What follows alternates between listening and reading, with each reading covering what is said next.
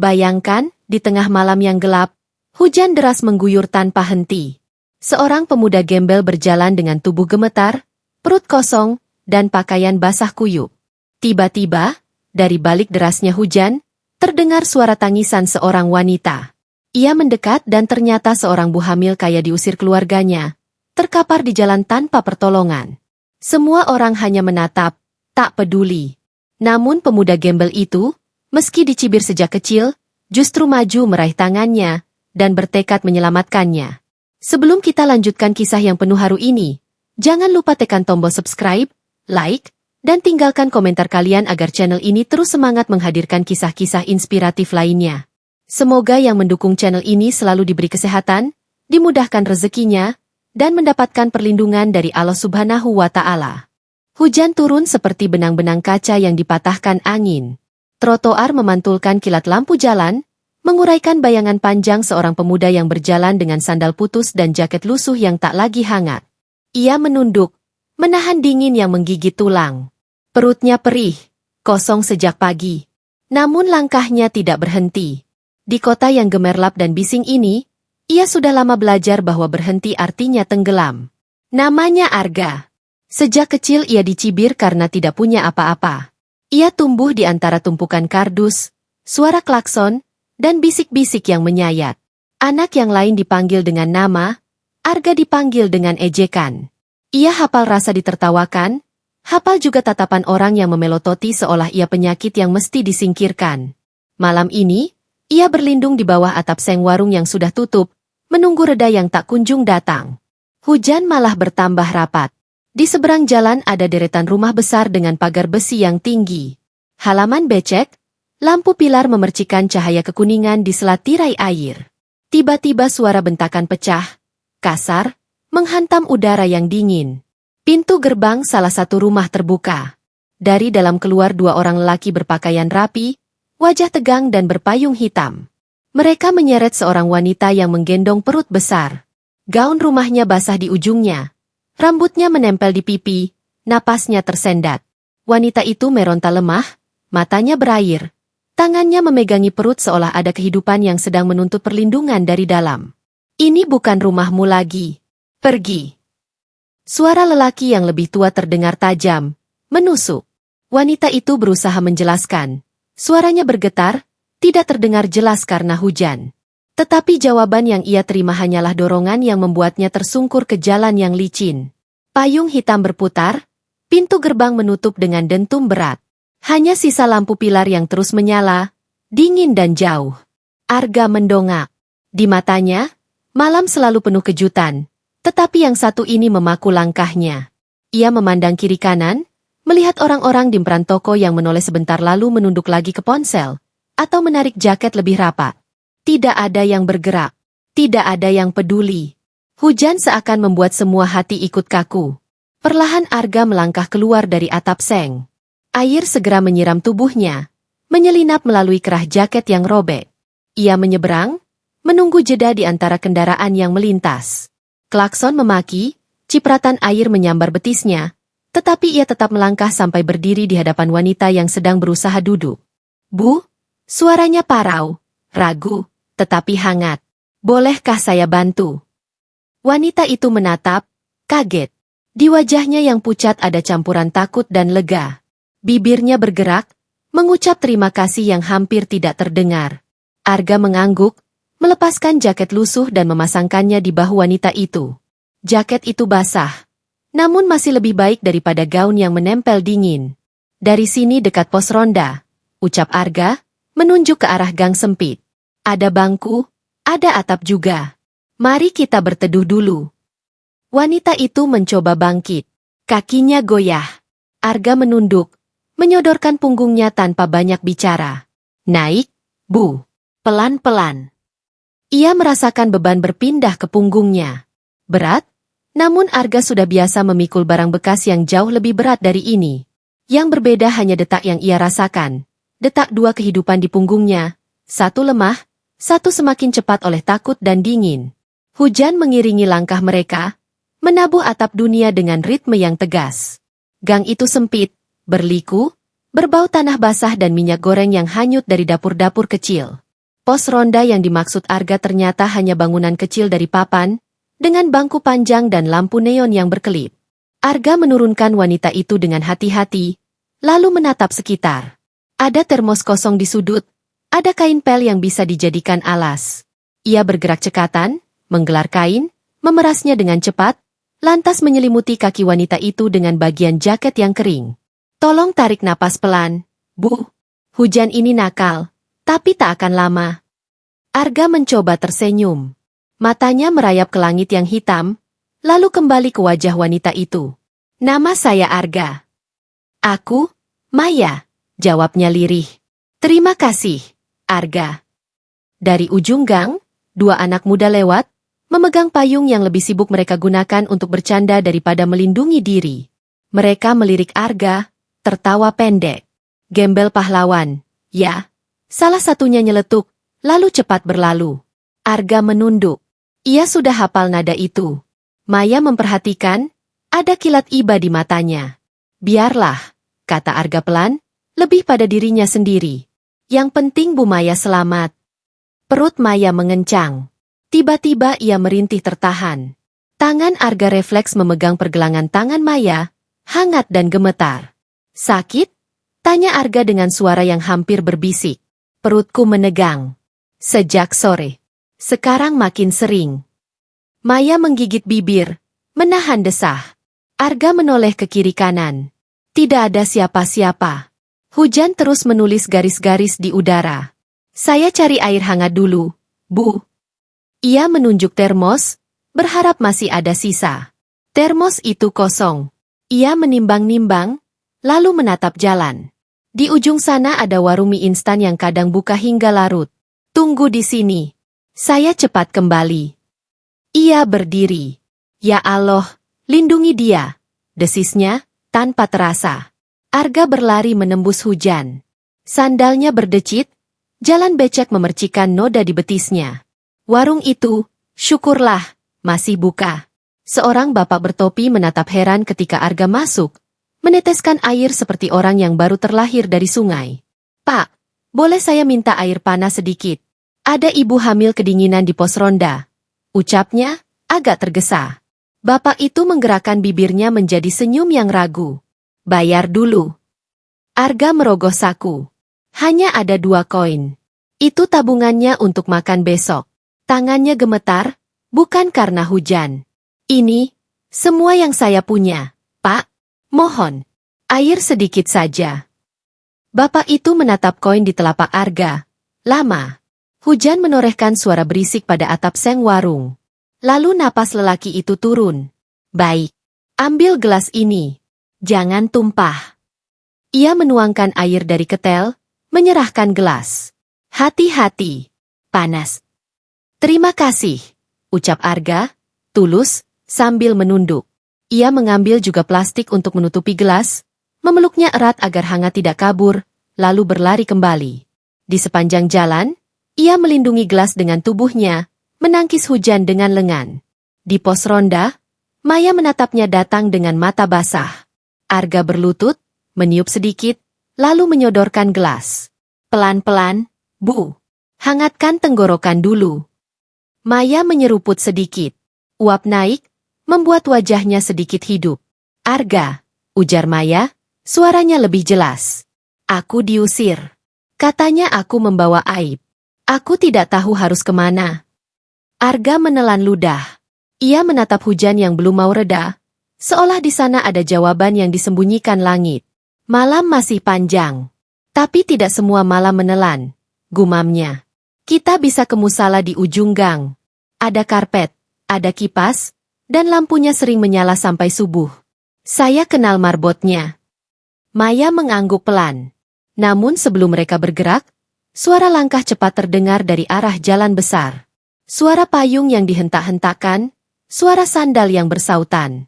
2 orang datang, wajahnya dinaungi bayangan payung hitam, jas hujan mengilap. Di belakang mereka terpampang rumah besar dengan pagar yang tadi menutup, kini terbuka kembali sedikit.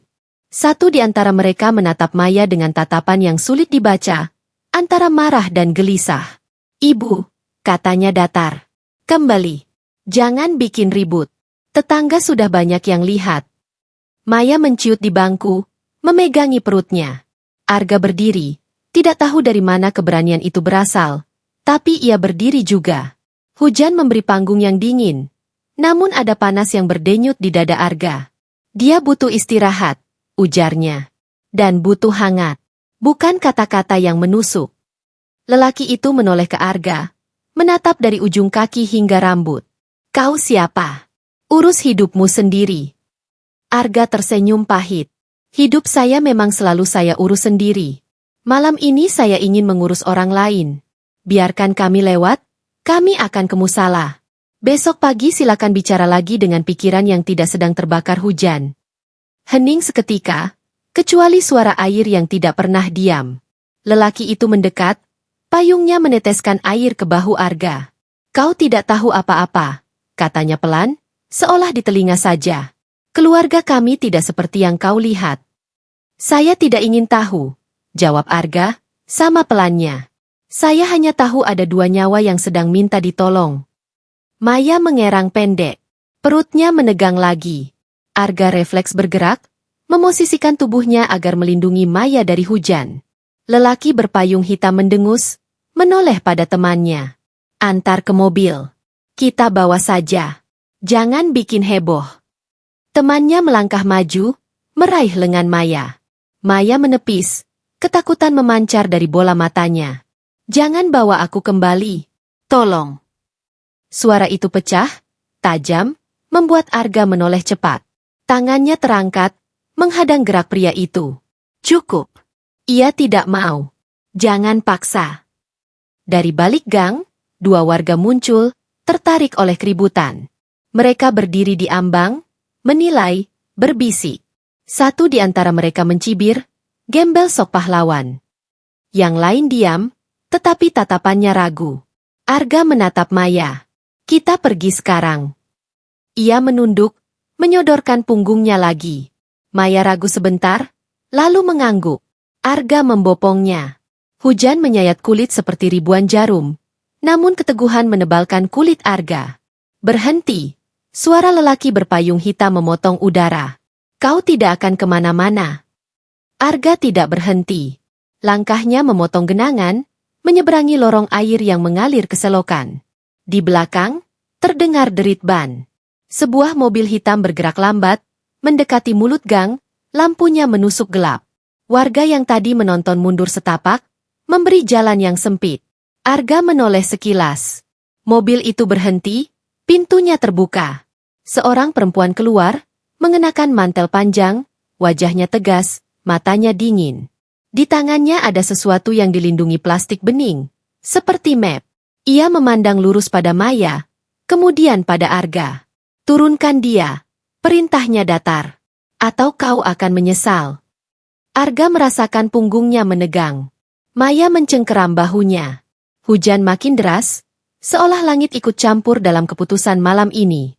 Di kejauhan, terdengar bunyi ambulans yang samar, seperti janji yang masih jauh. Perut Maya kembali mengeras. Kali ini lebih kuat. Napasnya terputus. Arga, bisik Maya, hampir tak terdengar di sela hujan. Air, sepertinya, airku. Arga menoleh. Di bawah mereka, genangan air bercampur sesuatu yang hangat. Waktu menipis. Jarak ke musala terasa jauh. Mobil hitam masih menyalakan lampu tajam, menodai hujan dengan cahaya. Perempuan bermantel itu melangkah 1 langkah, mengangkat map plastiknya, menunjukkan sesuatu yang belum sempat terbaca di mata Arga. Di antara dengus mesin mobil, tatapan yang menusuk, dan hujan yang tak kunjung berhenti, Arga menarik napas panjang. Ia tahu, 1 langkah berikutnya akan mengubah semua. Lampu neon pos ronda berkelip lebih cepat, seakan ikut menghitung. Dan pada detik yang terasa memanjang itu, dari ujung gang terdengar suara lain, langkah tergesa. Seseorang berteriak memanggil nama Maya, tercampur seruan istighfar yang menggigilkan udara, sementara air di bawah kaki Arga mulai memerah samar seperti bayangan sesuatu yang tak boleh terlambat. Suara itu semakin dekat, langkah-langkah berlari menerobos air yang menutup jalan. Maya! Ya Allah! Maya! Teriak seseorang dari ujung gang. Arga menoleh, Matanya menangkap sosok pria muda dengan payung biru yang sudah patah sebelah. Wajahnya panik, napasnya memburu. Di belakangnya, dua warga lain ikut berlari, seakan baru sadar ada sesuatu yang benar-benar gawat. Maya gemetar di punggung Arga. Tangannya mencengkeram lebih erat, kuku-kukunya menancap di bahu Arga. Nafasnya terputus-putus, keringat dingin bercampur dengan air hujan yang membasahi wajahnya. Arga, aku takut, bisiknya lirih. Arga menggeser kakinya, berdiri lebih tegak. Tenang, Bu, jangan banyak bicara. Tarik nafas pelan. Saya tidak akan biarkan apapun terjadi. Suaranya pelan tapi tegas, seolah hujan yang beringas itu tunduk mendengar. Mobil hitam yang menutup jalan masih menyala dengan lampu menyilaukan. Perempuan bermantel panjang berdiri di samping pintu mobil, wajahnya kaku tanpa ekspresi. Ia memandang Maya seakan sedang menimbang harga barang, bukan manusia. Ini bukan urusanmu, ucapnya pada Arga, suara datar, nyaris tak terpengaruh oleh badai. Kau hanya pengganggu. Biarkan kami yang urus keluarga kami. Arga menatapnya balik, mata yang biasanya redup kini berkilat. Kalau ini caramu mengurus keluarga, kenapa ibu ini sampai harus tergeletak di jalan hujan? Saya bukan siapa-siapa, tapi saya tahu, tidak ada bayi yang harus lahir dalam ketakutan. Kata-kata itu membuat dua warga yang tadi menonton jadi saling berpandangan. Hujan menampar wajah mereka, tapi ada sesuatu yang menampar lebih keras. Nurani yang lama terdiam. Salah seorang, lelaki tua dengan sarung digulung setinggi lutut, maju satu langkah. Bu, anak ini benar. Biarkan dulu dia bawa perempuan itu ke tempat aman. Kita semua lihat kondisinya. Sudah mau melahirkan. Maya mengerang lagi, kali ini lebih keras. Dari bawah gaunnya, aliran air bercampur darah samar terlihat di tanah becek. Semua orang menahan napas. Perempuan bermantel itu tampak goyah sepersekian detik. Matanya beralih ke jalan besar seolah mencari jawaban. Arga. Suara Maya hampir pingsan. Tolong, cepat. Tanpa pikir panjang, Arga membopongnya lebih erat. Ia melangkah ke arah ujung gang, menembus cahaya lampu mobil yang menyilaukan. Pria muda berpayung biru segera menghampiri. Aku adiknya, Mas. Aku tadi dengar kabar dari tetangga. Ya Allah, kakak. Suaranya pecah. Kalau betul adiknya, sahut Arga tanpa menoleh. Bantu saya. Jangan hanya menatap. Pria itu kaget, lalu cepat-cepat meraih lengan Maya dari sisi lain, menopangnya. Bersama-sama mereka menembus hujan, meninggalkan mobil hitam yang hanya bergetar mesinnya. Perempuan bermantel menatap tajam, bibirnya gemetar menahan kata, namun ia tidak beranjak. Musala kecil di ujung gang akhirnya terlihat. Cahaya kuning dari lampu bohlam tua menerobos tirai hujan.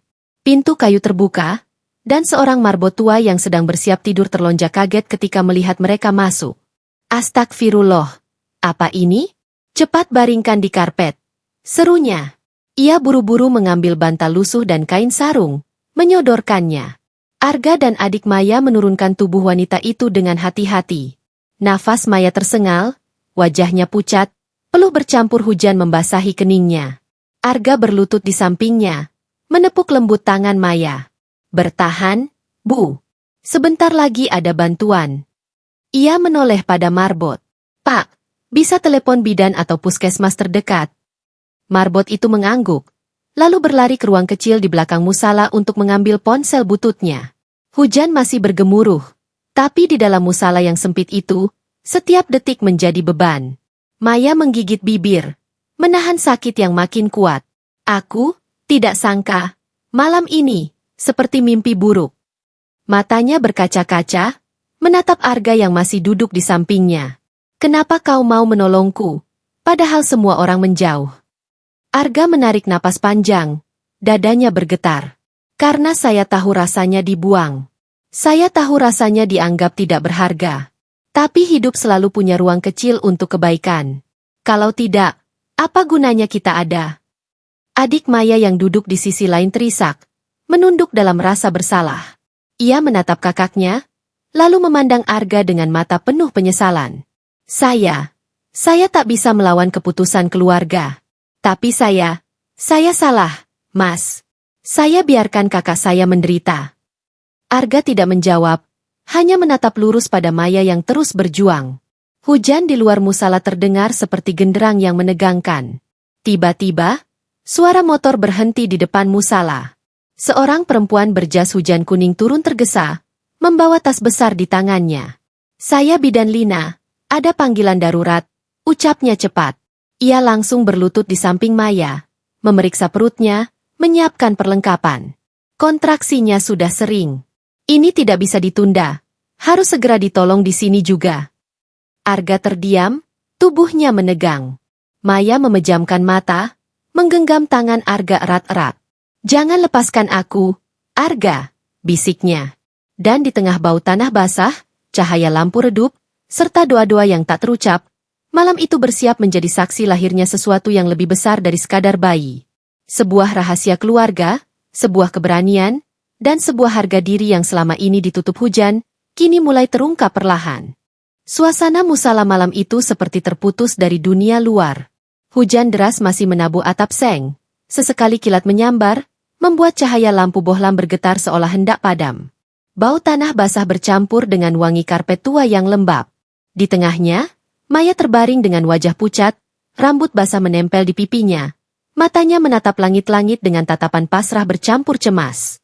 Bidan Lina yang baru saja datang bergerak sigap, membuka tasnya yang penuh peralatan.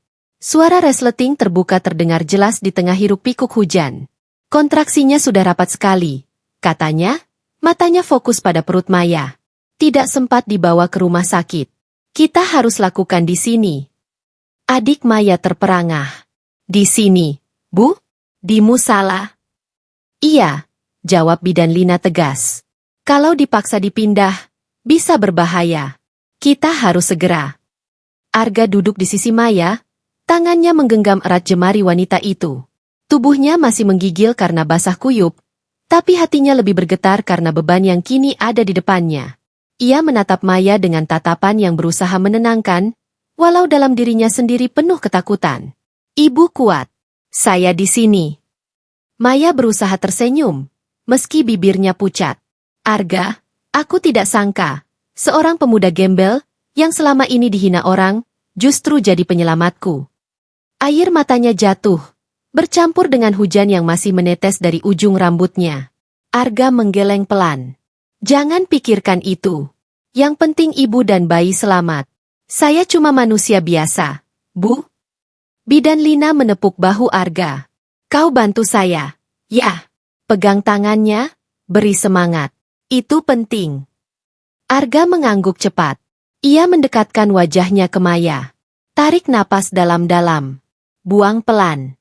Ingat, ada dua nyawa yang sedang berjuang."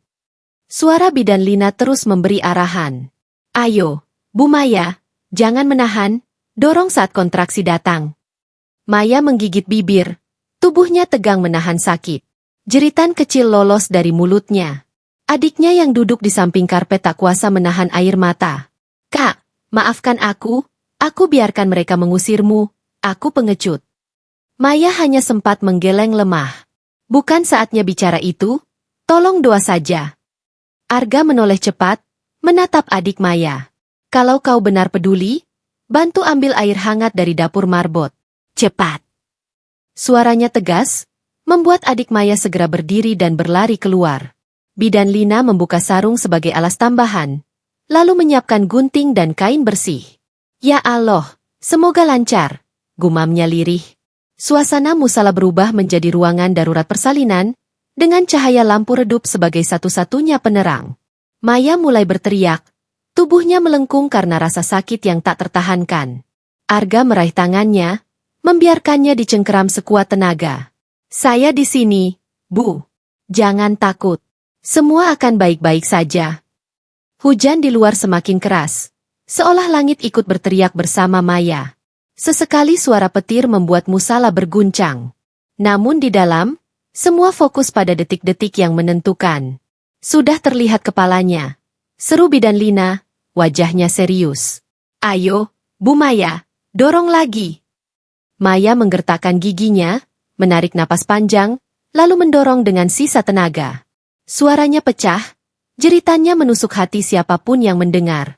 Arga ikut menahan napas. Seakan rasa sakit itu juga mengalir ke tubuhnya. Lalu terdengar tangisan pertama. Nyaring, kecil, namun begitu menggetarkan. Suara bayi yang baru saja lahir ke dunia, melawan derasnya hujan dan kejamnya malam.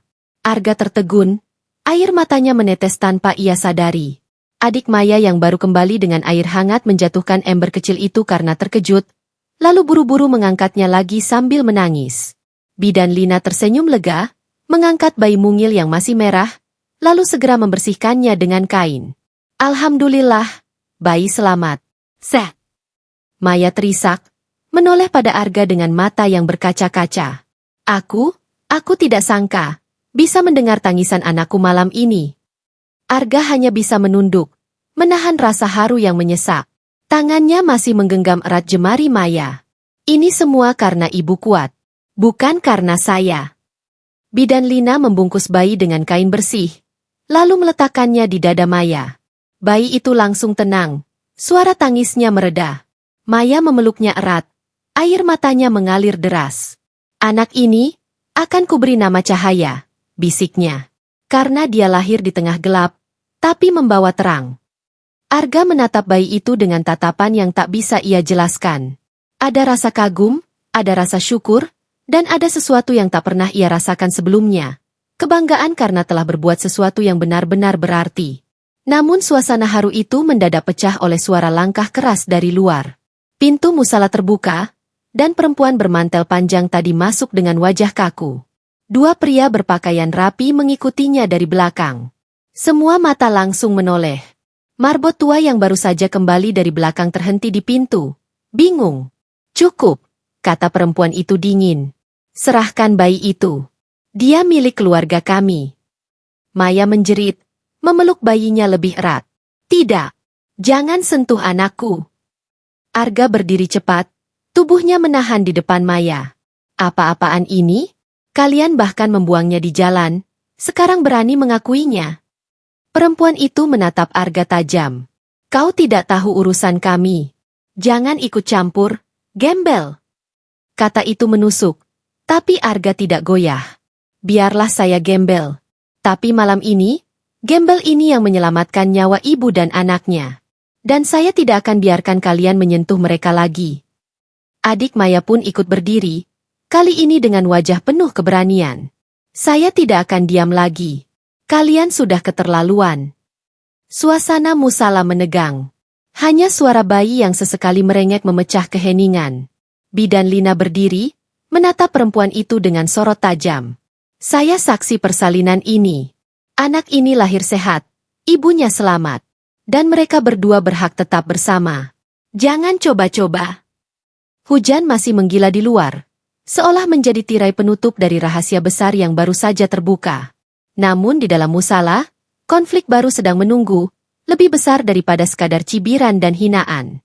Sebuah pertarungan harga diri, antara yang dianggap hina dan yang merasa berkuasa, akan segera pecah di hadapan semua orang. Suasana di dalam musala seketika membeku. Hujan di luar tetap menabuh atap seng dengan keras. Namun yang terdengar hanya desah napas tegang dari semua yang ada di dalam. Maya mendekap bayinya erat-erat di dada, tubuhnya masih lemah. Namun sorot matanya jelas penuh ketakutan bercampur keberanian.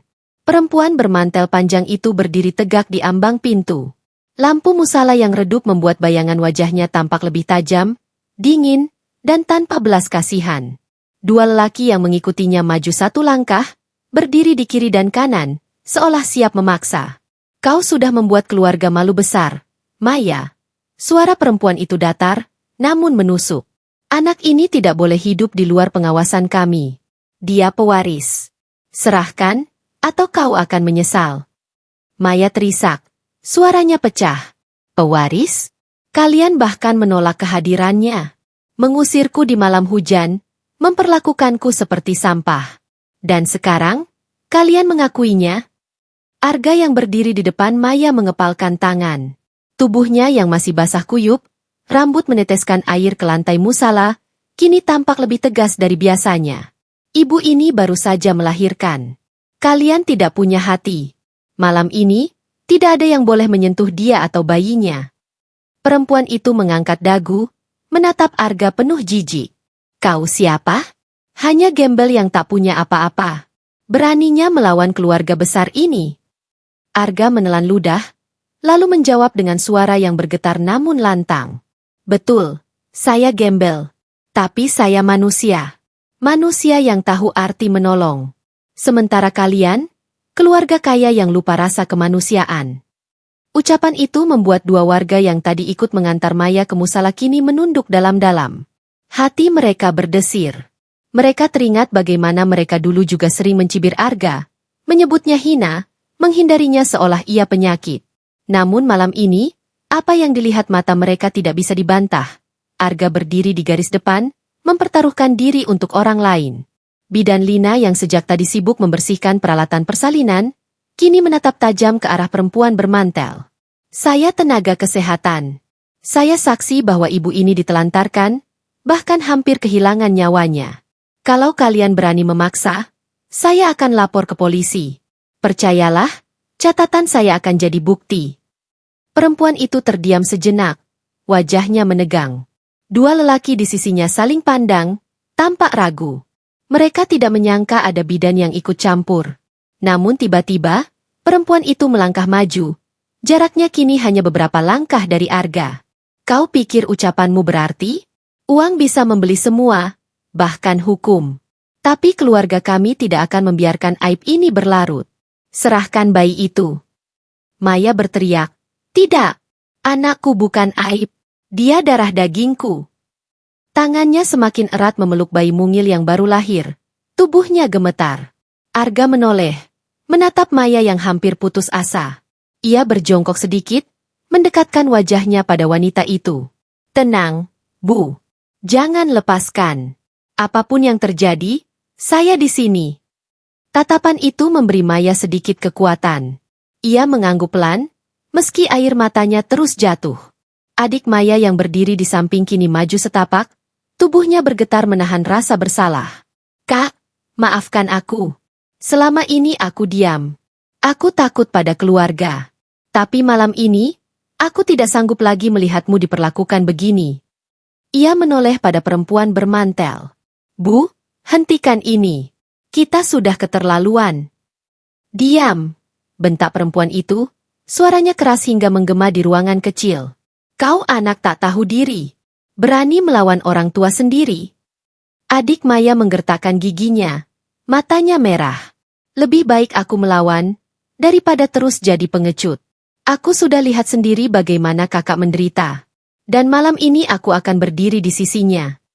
Arga menatapnya sekilas, ada kilat hormat di matanya. Untuk pertama kalinya, adik Maya memilih berdiri tegak. Perempuan bermantel itu maju lagi. Namun tiba-tiba suara azan subuh terdengar lirih dari masjid besar yang tidak jauh dari situ. Suara itu mengalun, menembus deras hujan, menembus dinding musala, dan masuk ke hati setiap orang di sana. Semua terdiam. Hanya suara azan yang mengisi ruang. Arga menutup mata sebentar, lalu berbisik, "Ya Allah, beri kekuatan." Ketika azan berhenti, Bidan Lina angkat suara. "Lihatlah, bahkan di saat fajar menyingsing, kalian masih memikirkan harta dan warisan, bukan keselamatan ibu dan bayi. Bukankah ini memalukan?" Wajah perempuan itu menegang, namun ada sedikit keraguan yang muncul di matanya. Tangannya bergetar halus.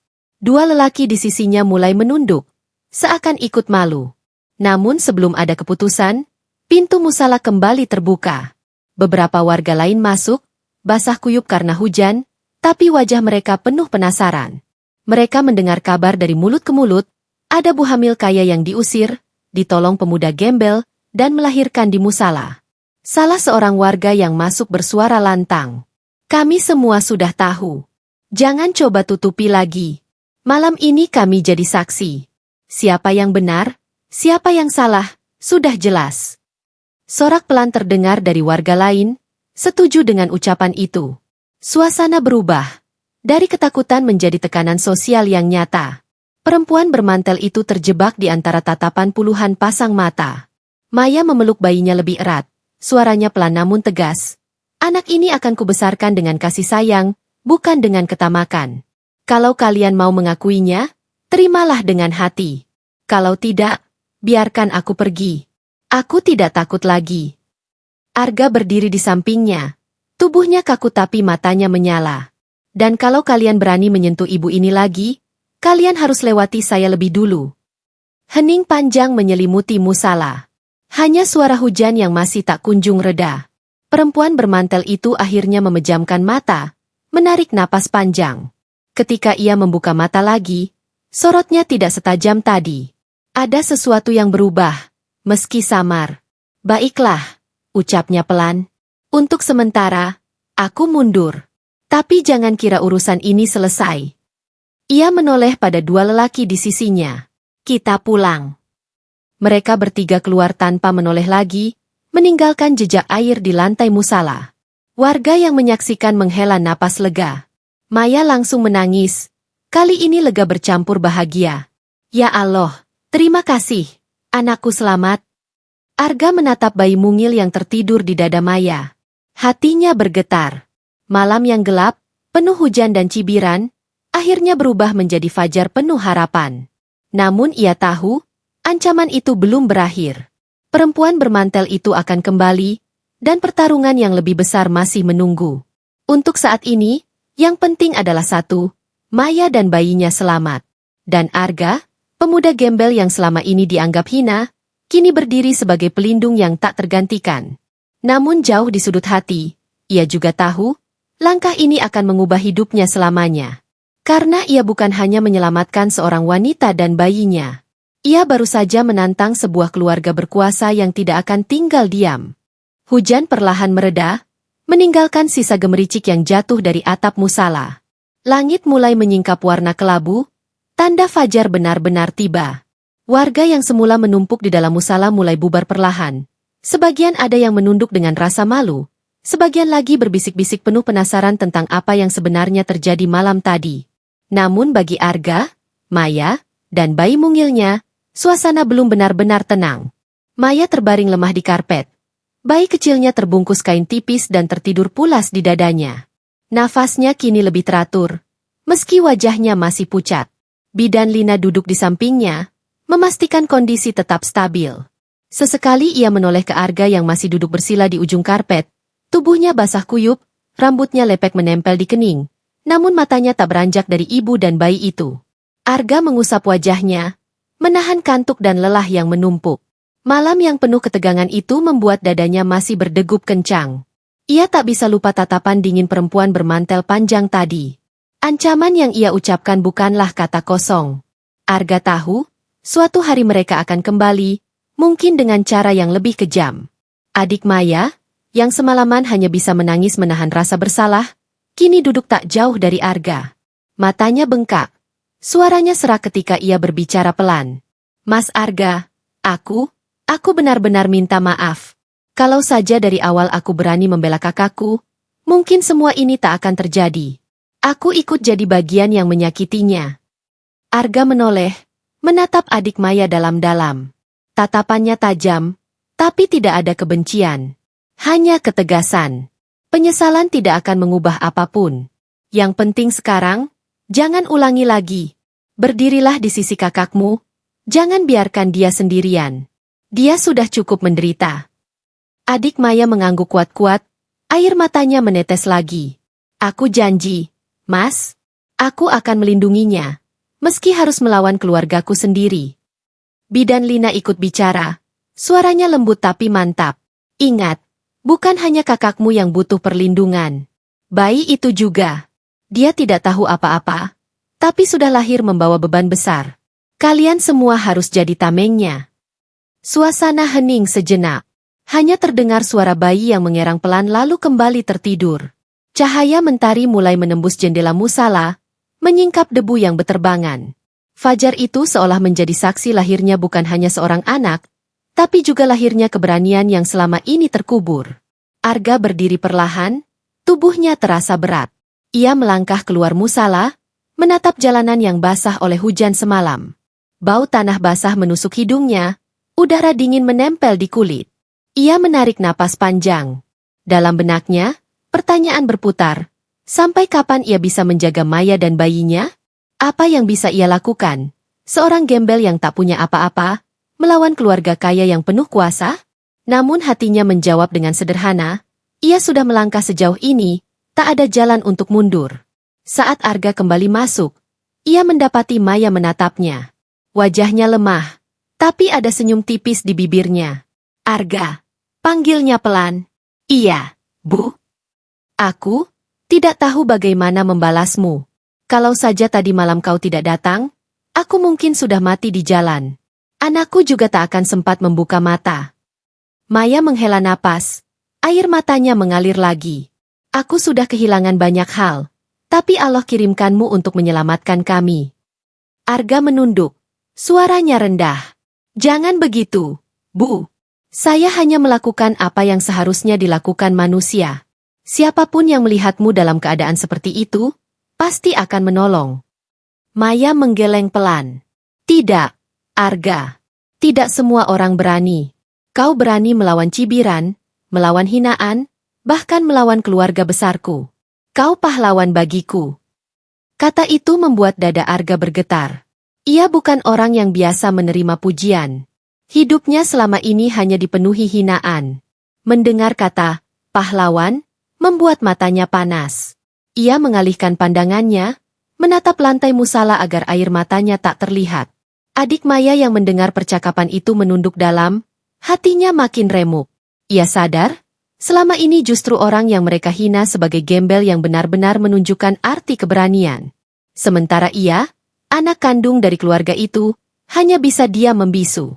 Bidan Lina berdiri, merapikan peralatan. Ibu Maya harus istirahat total beberapa hari. Jangan dibawa pulang ke rumah itu. Jelas-jelas mereka tidak menerima. Sebaiknya cari tempat aman. Maya menoleh, wajahnya cemas. Tapi, aku tidak punya tempat lain. Semua kerabatku jauh. Rumahku, sudah tidak ada lagi. Semua terdiam. Pandangan mereka tertuju pada Arga. Pemuda itu memejamkan mata sebentar, lalu menghela napas panjang. Kalau tidak ada tempat lain, boleh ikut ke tempat saya. Hanya gubuk reot di pinggir kota, tapi setidaknya aman. Tidak ada yang peduli dengan orang kecil seperti saya. Mereka tidak akan mencarimu di sana. Maya terkejut, matanya melebar. Apa tidak merepotkan, Arga? Aku dengan bayi ini? Arga menggeleng cepat. Tidak, Bu. Biar saya yang repot. Lebih baik repot menjaga kalian, daripada melihat kalian kembali diperlakukan seperti tadi. Bidan Lina menatap Arga dengan rasa hormat. Itu keputusan yang besar. Kau tahu, mungkin keluarganya akan mencarimu. Arga tersenyum tipis. Biarlah. Saya sudah siap.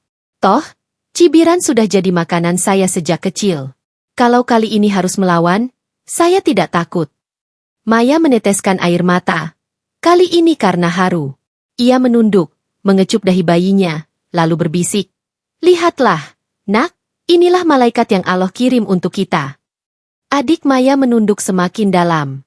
Rasa malu dan kagum bercampur jadi satu. Ia mendekat pada Arga, suaranya bergetar. Mas Arga, izinkan aku ikut. Aku tidak bisa lagi berdiri di sisi keluargaku. Kalau kakakku memilih ikutmu, aku akan ikut menjaga juga. Arga menatapnya lama. Ada keraguan, ada tanya, tapi akhirnya ia mengangguk. Baik. Tapi ingat, ini jalan yang tidak mudah. Sekali melangkah, tidak ada kembali. Adik Maya mengangguk mantap. Aku sudah siap. Bidan Lina menepuk bahu Arga. Kau benar-benar berbeda. Nak, jarang ada orang seperti dirimu di zaman ini. Arga hanya tersenyum hambar. Di dalam hatinya, ia tahu perjuangan baru saja dimulai. Menyelamatkan Maya dan bayinya dari malam hujan hanyalah awal. Ancaman perempuan bermantel panjang itu masih membayangi. Dan ia sadar, kini dirinya sudah masuk ke dalam lingkaran besar yang bisa menghancurkannya kapan saja.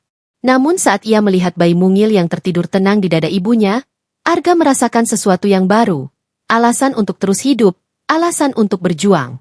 Ia bukan hanya gembel yang berjalan tanpa arah lagi. Ia kini punya tujuan, melindungi dua jiwa yang Allah percayakan padanya malam itu. Mentari pagi akhirnya menembus jendela musala, menerangi wajah mereka.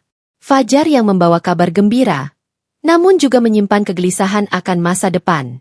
Arga menarik napas dalam-dalam, lalu berbisik dalam hati, apapun yang terjadi, aku tidak akan mundur. Dan di kejauhan, di balik gerimis sisa hujan, mata-mata keluarga besar itu masih mengawasi. Pertarungan sesungguhnya baru akan dimulai. Pagi itu, setelah badan Maya agak pulih dan bayi tertidur tenang, Arga meminjam gerobak kayu milik Marbot untuk membawa mereka. Jalanan masih basah, daun pisang meneteskan sisa hujan. Bidan Lina membekali obat dan kain bersih. Sementara beberapa warga yang semalam menyaksikan kejadian berdiri di tepi jalan, sebagian menunduk malu, sebagian menyelipkan sekantong beras atau botol air mineral ke atas gerobak. Adik Maya, Raka, berjalan di sisi Arga, memayungi kakaknya dan si kecil Cahaya dengan tangan bergetar. Gubuk Arga berdiri di ujung bantaran, dekat rumpun bambu. Dindingnya dari papan bekas, atapnya dari seng keropos yang ditambal plastik. Di dalam hanya ada tikar, satu kompor kecil, dan rak kayu yang miring. Namun saat Arga mengangkat bayi dari pelukan Maya, mempersilakan mereka masuk, tempat sederhana itu terasa hangat. Ia menjemur kain, menyalakan air, dan menutup celah angin dengan kardus. Di sini tidak mewah, ucap Arga pelan, tapi tidak ada yang akan mengusir. Istirahatlah. Raka, tolong jaga pintu. Maya memandangi gubuk itu lama. Bibirnya bergetar. Terima kasih, katanya lirih. Rumah bukan tentang temboknya. Rumah adalah tentang siapa yang menjaga di dalamnya. Hari-hari pertama berjalan dengan ritme baru. Pagi, Arga keluar mencari barang bekas, lalu kembali membawa bubur atau sayur sisa dari warung yang iba padanya. Sore, ia mencuci kain, menjemur di tali yang diikat di batang bambu. Malam, ia menjaga Maya yang masih sering nyeri, mengganti kain bayi, dan menenangkan Cahaya yang rewel. Raka belajar membuat air jahe, menyalakan kompor, menanak nasi. Bidan Lina datang setiap 2 hari sekali memeriksa luka dan berat badan bayi. Namun tenang itu seperti kain tipis yang mudah koyak. 2 kali seorang sopir taksi gelap berhenti di ujung gang, pura-pura bertanya alamat. Sekali waktu seorang laki-laki asing menawarkan uang tebal pada Arga. Serahkan ibu itu dan anaknya. Ambil ini, hidupmu selesai dari derita. Arga menatap uang itu lama, merasakan bayangan nasi hangat dan kasur kering, lalu menutup tangan laki-laki itu dengan tenang. Hidup saya memang derita, tapi tidak untuk dijual.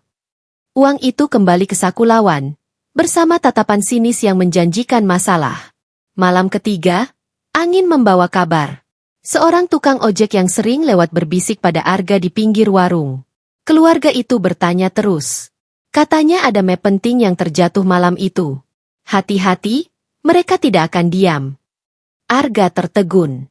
Ingatannya kembali pada sosok perempuan bermantel yang sempat mengangkat map plastik bening di musala. Map apa? Gumamnya. Ia menoleh pada Raka. Kau lihat sesuatu malam itu? Raka mengangguk ragu. Aku lihat ibu mertua kakak membawa map bening bersegel. Ada stempel kantor notaris. Tapi aku tidak tahu isinya. Arga menyimpan informasi itu dalam-dalam. Malam semakin pekat, desir sungai terdengar seperti bisik-bisik yang tak sabar. Di bawah lampu bohlam kecil, Arga menatap tidur Maya dan bayinya, lalu menatap kedua tangannya yang kapalan.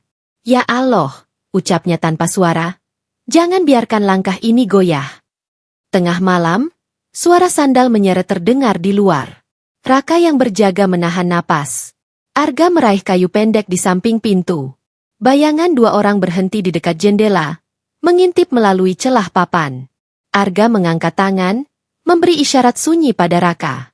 Bayi bergerak kecil, hampir menangis. Maya menahan nafas, memeluknya lebih erat. Pintu digedor sekali. Lalu suara pelan yang dibuat-buat ramah. Kami hanya ingin bicara. Arga tidak menjawab. Kedua orang itu saling bisik, lalu memutari gubuk. Sesuatu menggesek seng, menimbulkan lengkingan serak. Arga melangkah ke pintu, membuka kunci kayu, berdiri di ambang. Pergi. Suaranya pelan, tapi tegas. Kau pikir kau siapa? Jawab salah satu, wajahnya tak terlihat jelas. Kau menampung masalah besar. Serahkan ibu itu, kami bawa ke rumah keluarga. Kau akan selamat. Arga menatap gelap tanpa berkedip. Ada bayi di dalam. Suaramu menakutinya. Sebuah tawa pendek yang tidak hangat. Kalau tidak malam ini, besok kami kembali. Kami datang tidak sendirian. Mereka pergi, menyisakan jejak bau rokok di udara. Raka menutup pintu lagi, tangannya bergetar. Mereka akan kembali. Arga menatap Raka. Besok pagi kita cari Pak RT. Kita minta catatan dari Bidan Lina. Kita tidak sembunyi, kita hadapi dengan terang. Di samping mereka, Maya membuka mata. Suaranya pelan. Aku tidak akan lari lagi. Apapun yang terjadi, aku ingin semuanya jelas di siang hari. Ia menatap bayinya, mengusap pipi mungil itu. Cahaya harus melihat dunia yang berani. Sebentar lagi subuh. Di sela-sela kantuk dan gigil, Arga merasakan tekad yang menebal. Gubuk reot itu seperti menegakkan punggung, menolak tunduk pada ancaman. Malam sempit, tetapi pagi selalu punya cara mengetuk. Ancaman itu menepati janji. 2 malam kemudian, saat angin sungai berubah masam dan suara anjing jauh menjadi serempak, 4 bayangan gelap muncul di ujung jalan tanah. Mereka melangkah cepat, tanpa banyak bicara. Raka yang berjaga lebih awal sudah curiga. Ia segera mematikan lampu bohlam. Gubuk tenggelam dalam gelap, hanya sisa cahaya dari celah atap yang ditimpa bulan separuh. Pintu digedor lebih keras. Buka. Kami hanya ambil yang kami cari. Bayi terkejut, menangis. Maya menahan isak, berusaha menenangkannya. Arga berdiri di depan pintu, memegang kayu dengan tangan kiri. Tangan kanannya menunjuk ke belakang, memberi isyarat pada Raka untuk menyiapkan rute keluar lewat jendela bambu yang longgar. Ini rumah orang kecil, kata Arga pelan, tapi di sini ada aturan. Kalau mau bicara, tunggu pagi.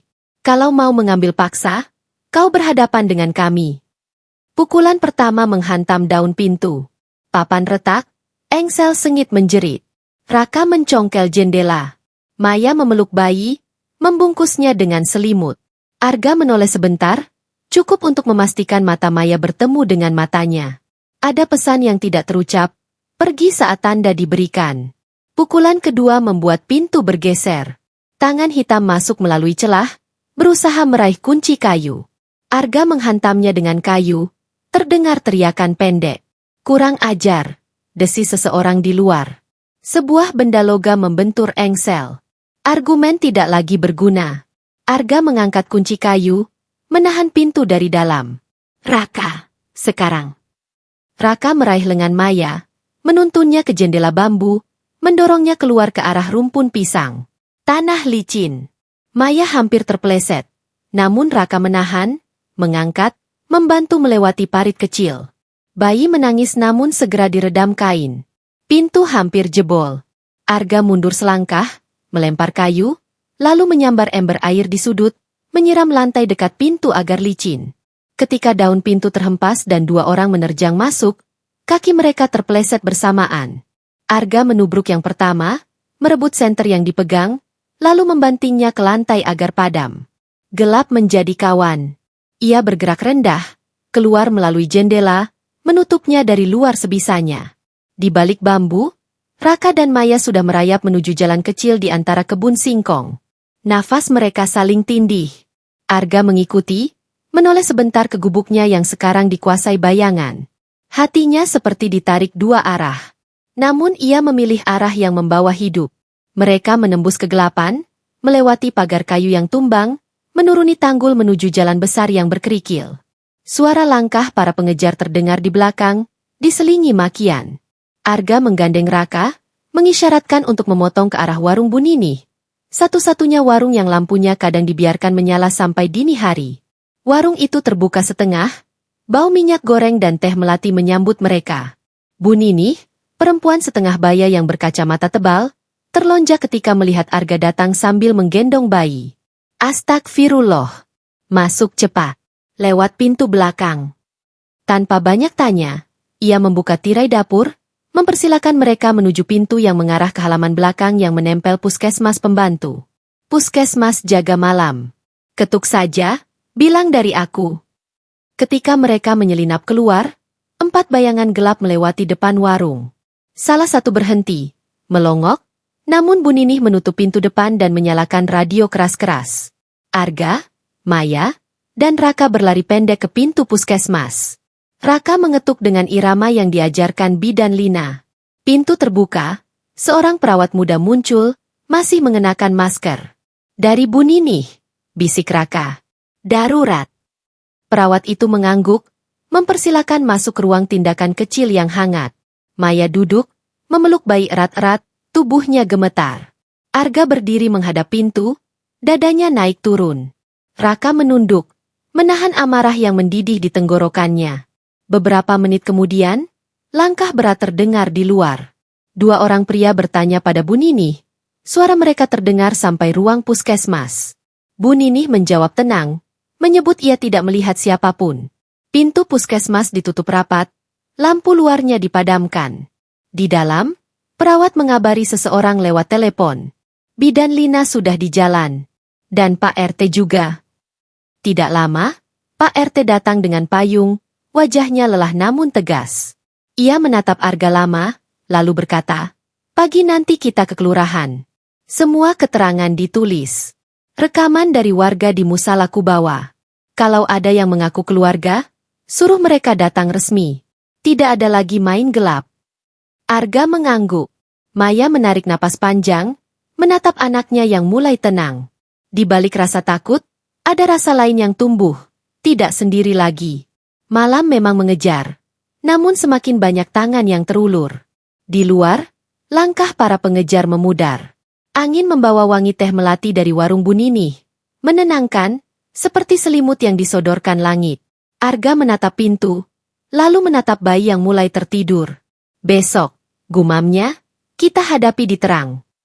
Pagi datang bersama rombongan kecil menuju kantor kelurahan. Pak RT berjalan di depan, membawa map coklat berisi keterangan Bidan Lina, foto-foto luka setelah persalinan, dan catatan kronologi. Bu Ninih bergabung, menyimpan rekaman suara yang ia ambil semalam saat para pengejar menggedor warungnya. Arga mendorong kursi roda pinjaman untuk Maya, sementara Raka menggendong bayi dengan kain jarik. Di kantor kelurahan, lurah duduk di balik meja, menatap semua dengan wajah hati-hati. "Kita tidak bisa mengadili," katanya, "tapi kita bisa mencatat dan melindungi warga." Ia meminta semua pihak memberi keterangan. Bidan Lina datang, membuka buku kecilnya, membacakan data persalinan. "Ibu ini hampir kehilangan nyawa. Ada penelantaran. Saya catat saksi dan jamnya." Setelah 1 jam, rombongan lain datang. Perempuan bermantel panjang melangkah masuk, kali ini tanpa mantel, mengenakan kebaya rapi. Di sampingnya seorang pria berkacamata membawa tas kulit. Wajahnya profesional, berjarak. "Kami hadir sebagai keluarga dan kuasa hukum," ucap pria itu singkat. Lurah menunjuk kursi. "Silakan duduk. Kita bicarakan baik-baik." Perempuan itu menatap Arga, Maya, dan bayi dengan dingin, lalu memalingkan wajah. "Anak itu harus kembali ke rumah. Dia pewaris keluarga. Ibu ini sudah tidak layak menjadi bagian kami." Suara Arga tenang. "Kalau anak itu pewaris, kenapa diusir saat malam hujan?" Wanita itu mengetatkan bibir. Kuasa hukumnya mengeluarkan map bening bersegel. Arga menegang. Map seperti itu yang dilihatnya malam di musala. Pria berkacamata membuka segel, mengeluarkan beberapa lembar kertas.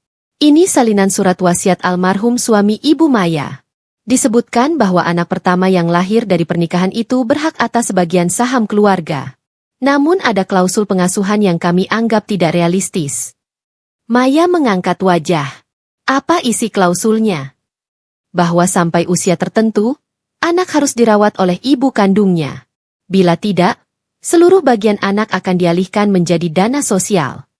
Pria itu menatap berkeliling. Keluarga berharap pengasuhan dilakukan di bawah rumah besar, tentu dengan pengawasan keluarga inti. Pak RT menghela napas. Kalau begitu, mengusir ibu hamil di malam hujan jelas bertentangan dengan surat wasiat. Wanita itu bangkit setengah, suaranya menegang. Keluarga berhak mendidik sesuai martabat. Perempuan ini membangkang. Raka menepuk meja, suaranya pecah. Mendidik dengan menendang saat malam hujan. Itu martabat. Lurah mengangkat tangan, meminta tenang. Ia menatap map bening itu lama, lalu beralih pada Bidan Lina. "Bu Bidan, Apakah Ibu Maya sehat untuk membawa bayi kembali ke tempat yang disebut rumah besar? Bidan Lina menatap Maya, lalu menatap Lurah. Secara medis bisa, namun secara psikologis tidak aman kalau masih ada ancaman. Saya sarankan tinggal di tempat netral sampai mediasi tuntas. Arga menyilangkan tangan di dada. Kami tidak lari. Kami minta kejelasan. Dan mohon dicatat, ada rekaman dari warga saat pengusiran. Pak RT menyerahkan flash disk. Lurah memanggil staf untuk memutar di monitor kecil. Suara malam di musala mengalun pelan dari speaker, disusul bentakan, dentum pintu, dan jeritan Maya. Ruangan sunyi. Mata pria berkacamata berkedip resah. Wanita itu menatap layar, rahangnya mengeras. Setelah rekaman selesai, Lurah menulis sesuatu, lalu mengangkat kepalanya. Kita jadwalkan mediasi terbuka di balai warga malam ini. Semua pihak hadir. Keputusan sementara, Ibu Maya dan anaknya tetap di lokasi aman. Siapapun yang mendekati tanpa izin, kami catat dan akan diteruskan ke pihak berwajib. Wanita itu berdiri, tatapannya menusuk, namun ia tidak berargumen lagi. Kuasa hukumnya memberesi berkas. Sebelum keluar, ia menoleh pada Arga. Kau pikir kau menang? Ini baru awal. Arga tidak menjawab. Maya menatap bayi, menciumnya pelan. Raka menggenggam bahu kakaknya. Di luar, matahari siang menyorot tajam, menyinari tulisan di map bening yang sempat berkibar di tangan kuasa hukum. Di pojoknya ada stempel notaris dan tanda tangan dengan tanggal yang sama persis dengan tanggal suaminya wafat. Sebuah rahasia yang sengaja diatur rapih, namun bocor lewat sikap kejam. Malam nanti, di balai warga, kata-kata harus berdiri di tengah ramai, bukan lagi berbisik di balik hujan. Arga menarik napas, merasakan detik-detik menuju pertarungan yang sesungguhnya. Ia menatap kedua tangannya, mengingat malam-malam saat ia memunguti kardus untuk menghangatkan diri. Malam ini, dirinya yang dianggap sampah itu akan duduk sejajar dengan mereka yang selama ini duduk di kursi tinggi. Lampu neon balai warga berpendar putih. Kursi disusun berderet, warga memenuhi ruangan, bisik-bisik menebal seperti kabut. Di depan, meja panjang ditempati lurah, Pak RT, Bidan Lina, dan perwakilan tokoh kampung.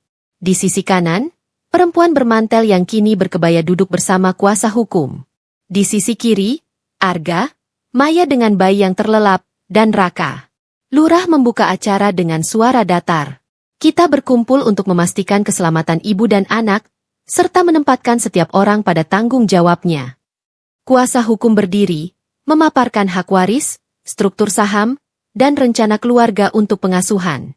Kata-katanya rapi, namun dingin. Beberapa warga menguap, beberapa menggeleng. Ketika ia menyimpulkan bahwa, demi masa depan, anak harus dibesarkan di lingkungan keluarga besar, tangan Bu Ninih terangkat. Masa depan macam apa jika ibunya ditendang di malam hujan? Tepuk tangan kecil terdengar, bergema. Bidan Lina lalu bicara, suaranya jernih. Ia menceritakan proses persalinan di musala, kondisi Maya, serta pentingnya kontak ibu dan bayi. Memisahkan mereka akan merusak jiwa. Dan saya saksi bahwa penelantaran terjadi. Ia menaruh buku catatan di meja, mempersilakan siapapun membacanya. Lurah meminta rekaman diputar lagi. Kali ini bukan hanya rekaman musala dan warung Bu Ninih, tetapi juga rekaman kamera rumah tetangga di seberang rumah besar. Seorang pemuda membawa laptop, menampilkan momen ketika gerbang terbuka, dua lelaki mendorong Maya keluar, payung hitam menutup wajah seorang perempuan yang berdiri di ambang. Gambar kabur oleh hujan, namun cukup jelas untuk menelanjangi kebohongan. Ruangan riuh. Perempuan berkebaya meremas ujung selendang. Tatapannya meloncat-loncat, mencari kemana harus menaruh marahnya. Kuasa hukum meminta tenang, lalu mengeluarkan satu lembar baru dari tas kulit. Meski begitu, keluarga tetap membuka pintu bagi ibu ini untuk kembali, tentu dengan syarat, proses pengasuhan di bawah kontrol keluarga. Maya mengangkat wajah. Sorot matanya tajam namun tidak kasar. Kembali untuk ditundukkan. Itu bukan pulang. Arga berdiri. Kalau benar menghormati almarhum anaknya, hormati juga syarat dalam surat wasiat. Anak dibesarkan oleh ibunya. Kalian ingin bagian sahamnya. Namun tidak ingin ibunya berdiri tegak. Hening. Di barisan belakang, Seorang lelaki paruh baya berdiri ragu-ragu. Wajahnya familiar bagi beberapa warga, sopir yang sering terlihat di sekitar rumah besar. Ia melangkah maju, menunduk pada lurah. Izin bicara. Saya sopir lama keluarga itu. Malam ketika Tuan Besar wafat, saya diminta mengantar beliau ke notaris. Saya di luar ruangan, tapi saya dengar beliau bilang satu hal berulang-ulang. Kalau cucunya lahir, jangan pisahkan dari ibunya. Kalau tidak, semua bagian warisan untuk panti yatim. Kuasa hukum menegang. Itu asumsi. Tidak tercantum. Sopir menggeleng. Setelah pulang, Tuan Besar menitipkan amplop pada saya. Katanya, berikan pada menantunya bila ada yang mencoba memisahkan. Saya simpan karena saya takut, dan karena besoknya beliau wafat. Ia mengeluarkan amplop dari jaketnya, segelnya sudah rapuh tapi masih utuh. Saya menyesal baru berani sekarang. Lurah menerima amplop, membukanya perlahan. Di dalam ada surat singkat dengan tulisan tangan, disaksikan cap jempol yang sama dengan di wasiat. Lurah membacanya pelan, napasnya dalam. Isinya menegaskan apa yang disampaikan. Ada kalimat terakhir, saya bacakan. Ia menatap ruangan. Anak adalah cahaya. Titip padanya ibunya. Seperti ada sesuatu yang runtuh di dalam dada banyak orang. Warga menunduk, beberapa menutup mulut. Perempuan berkebaya memejamkan mata, lalu membukanya dengan sorot yang kehilangan taring. Semua mata beralih pada bayi yang tertidur di pangkuan Maya. Bibir mungilnya bergerak seperti mengecap mimpi. Nama yang dipilih Maya terdengar seperti nubuat yang ditulis sebelumnya. Lurah menutup map. Keputusan forum warga malam ini berdasarkan bukti dan kesaksian. 1. Ibu Maya dan anaknya tetap tinggal di lokasi aman yang disepakati. 2. Keluarga besar dilarang mendekat tanpa surat resmi dan pendamping kelurahan. 3. Dana sosial dalam surat wasiat akan dikawal bersama bila syarat dilanggar. 4. Keluarga diminta menyampaikan permintaan maaf kepada Ibu Maya dan saudara Arga yang menyelamatkan. Perempuan berkebaya menatap meja lama, lalu berdiri. Langkahnya berat. Ia menghadap Maya. Bibirnya bergetar. Aku salah. Malam itu aku dibutakan rasa malu dan takut kehilangan kendali. Maafkan. Suaranya kecil, namun ruangan cukup hening untuk menangkapnya. Pandangan beralih pada Arga. Wanita itu menatap pemuda yang bajunya masih kumal tapi berdiri setegak tiang. Dan untukmu, terima kasih. Kau menyelamatkan nyawa yang seharusnya kami jaga. Aku malu. Arga tidak mencari menang. Ia menunduk sedikit. Yang penting ibu dan anak selamat. Keputusan dibacakan, ditandatangani. Warga bertepuk tangan, bukan karena sensasi, melainkan karena sesuatu yang kembali ke tempatnya. Bukan seluruh masalah selesai, namun jalan pulang sudah terlihat. Di luar, malam tidak lagi mengancam. Angin membawa wangi tanah kering, lampu-lampu rumah berkedip seperti mata-mata yang akhirnya mau menyaksikan kebenaran. Beberapa pekan berlalu. Gubuk Arga berubah perlahan. Bu Ninih menyumbang tikar baru, Pak RT mengirim 2 lembar seng pengganti, para pemuda kampung membantu memaku dinding hingga tidak lagi berlubang. Raka bekerja paruh waktu di bengkel tetangga, membawa pulang beras dan susu. Bidan Lina masih rutin datang, menimbang bayi yang kian montok, tersenyum ketika mendengar gumamnya yang mulai berisi. Maya pulih, wajahnya kembali berwarna. Ia menjemur kain di beranda kecil, menyanyikan tembang yang dulu tak sempat dinyanyikan ketika tinggal di rumah besar. Setiap selesai meninabobokan cahaya, ia duduk di ambang pintu, menatap hamparan langit yang tidak tertutup pagar tinggi. Sesekali, perempuan berkebaya datang dengan ditemani staf kelurahan. Ia membawa tas berisi kebutuhan bayi, berdiri kikuk di halaman, mengucap salam, lalu pergi setelah menitipkan kabar tentang proses di notaris. Raut wajahnya tidak lagi tinggi, lebih banyak menahan malu dan belajar menunduk pada kenyataan. Arga menolak uang terima kasih. Ia memilih satu hal lain. Kalau benar ingin menebus salah, bantu kampung ini. Banyak ibu yang melahirkan tanpa pendamping. Bantu puskesmas, bantu posyandu. Perempuan itu mengangguk, membawa pulang daftar kebutuhan yang disusun bidan Lina dan lurah. Seminggu kemudian, kotak-kotak peralatan sederhana datang, timbangan bayi baru, lemari obat yang layak, ket tembok untuk ruang bersalin. Warga mengecat bersama, bercanda, memecah jarak yang dulu diisi gosip. Arga kembali mencari barang bekas, tetap dengan gerobaknya, namun kini ada yang berbeda. Orang-orang yang dulu berbisik memalingkan wajah kini menyapa. Anak-anak kecil mengikuti dari belakang, menyanyikan lagu yang mereka karang sendiri tentang pahlawan gubuk bambu. Arga hanya tersenyum, menepuk kepala mereka pelan, lalu melanjutkan langkah. Ia tidak ingin berdiam di kursi kehormatan. Kakinya dibuat untuk berjalan. Suatu sore, lurah menemuinya di beranda. Ada yang ingin kubicarakan, katanya. Kelurahan butuh relawan untuk rumah singgah, tempat ibu dan anak yang sedang kesusahan bisa bernaung sementara. Kau mau jadi pengurusnya? Arga menatap gubuknya, menatap Maya yang sedang menimang cahaya di dalam, menatap Raka yang sedang merapikan rak. Ia mengangguk. Kalau aku boleh membawa apa yang kupelajari dari malam hujan itu, aku siap. Rumah singgah dibuat dari gudang tua bekas koperasi. Warga memperbaiki bersama.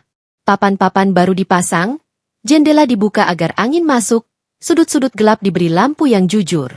Nama rumah singgah ditulis di papan bekas pintu kelas, hurufnya miring tetapi hangat, beranda cahaya. Maya ikut membantu, menata baju bayi dan kain bersih, menempel gambar-gambar sederhana agar ruangan tidak terasa asing. Ia tidak ingin kembali ke rumah besar. Ia memilih tinggal di sini, di sekitar orang-orang yang belajar dari kesalahan, di bawah langit yang pernah menjadi saksi air matanya. Kadang perempuan berkebaya datang, menggendong cucunya, menatap lama-lama tanpa kata, lalu pamit dengan mata yang basah. Jalan menuju hati memang panjang, namun ia mulai berjalan. Suatu malam yang tenang, Arga duduk di beranda rumah singgah. Angin membawa wangi kayu baru. Dari dalam terdengar tawa kecil cahaya, disusul suara Maya yang menidurkannya. Raka muncul dengan 2 gelas teh hangat, duduk di samping Arga, memandang jalan tanah yang pelan-pelan menjadi rapi karena gotong royong. Hidup berubah ya, Mas, kata Raka, suaranya parau tapi ringan. Arga tertawa kecil. Hidup memang selalu berjalan. Kali ini, kita memilih arahnya. Raka menatap Arga, ada rasa hormat yang tidak pernah ia berikan pada siapapun sebelumnya. Terima kasih. Kalau malam itu kau tidak ada, aku tidak tahu harus jadi apa. Arga menggeleng. Malam itu bukan tentang aku. Malam itu tentang kita semua yang belajar. Aku hanya kebetulan berdiri paling depan. Langit bersih, bintang bertaburan. Di kejauhan, suara azan Isya menggema, memantul pada permukaan sungai. Arga menutup mata sebentar, memeluk hangat yang datang dari tempat yang dulu terasa jauh. Ya Allah, gumamnya, jaga mereka. Maya keluar membawa cahaya yang sudah tertidur. Ia meletakkannya di ranjang kecil, lalu duduk di samping Arga di beranda. Lihat, ucapnya pelan, menunjuk ke papan nama rumah singgah. Cahaya akan tumbuh di tempat yang menyala. Arga menatap tulisan itu lama, lalu menatap wajah Maya yang kini tidak lagi dibayangi rasa takut. Di matanya, Arga melihat masa depan yang tidak gemerlap namun jujur. Masa depan yang mungkin tetap sederhana, tetap penuh kerja, tetapi tidak lagi di bawah cibiran. Masa depan yang selalu memberi ruang bagi siapapun yang tersesat di malam hujan untuk menemukan berandanya sendiri. Di jalan kecil depan rumah singgah, beberapa orang lewat, melambai pada Arga. Ia balas melambai, lalu bersandar pada tiang kayu yang baru dipasang. Malam tidak mengancam lagi. Di dalam, cahaya bernafas pelan, mengajari semua orang bahwa terkadang, pewaris terbesar bukan saham atau rumah besar, melainkan keberanian untuk merengkuh manusia lain di saat paling dingin. Dan di beranda itu, langkah Arga yang dulu goyah kini menemukan irama. Tidak lagi sendirian.